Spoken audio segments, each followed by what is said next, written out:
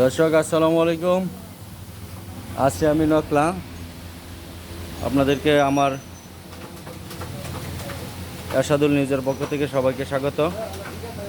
আপনার দেশ এবং বিদেশ থেকে যে যেখান থেকে দেখতেছেন সবার জন্য শুভকামনা রইল। এটা হলো পোলট্রি মুরগি। পোলট্রি মুরগি আমার বাসায় হলো পোলট্রি মুরগি মানে সর্বনাশী একটা বিজনেস। এই বিজনেস যারা করছে এদের সবারই কপালে হাত, অবশ্যই আমারও হাত। আমিও জানি বিষয়টা, আপনাদেরকে দেখাইলাম। পর্যাপ্ত পরিমাণে গরম। এটা একটা ভাইয়ের দোকানের অবশ্যই একটা সিস্টেম নিয়ে দেখাচ্ছি।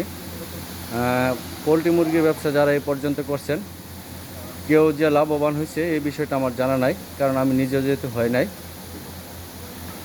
পোলট্রি মুরগির ব্যবসা মানে একটা অভিশপ্ত ব্যবসা। এই ব্যবসাতে যারা জড়াইছেন, তৃণমূল খামারি যারা আছেন এরা অধপতন হয়েছে, আর যারা ডিলারশিপ নিছেন ওরা অবশ্যই কোটিপতি হয়েছে, আর কোম্পানি যারা আছে ওরা আরও বেশি কোটিপতি হয়েছে।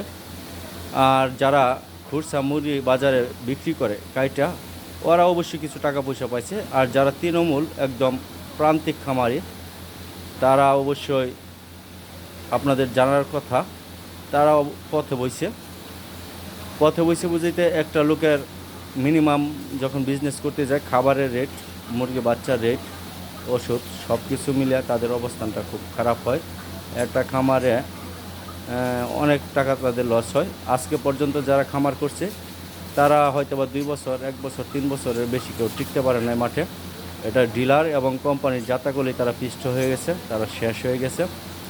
যারা খামারের সাথে জড়িত তাদের মনে করেন হয়তো বা বাড়ি বেড়া বেচা টাকা পরিশোধ করতে হয়েছে।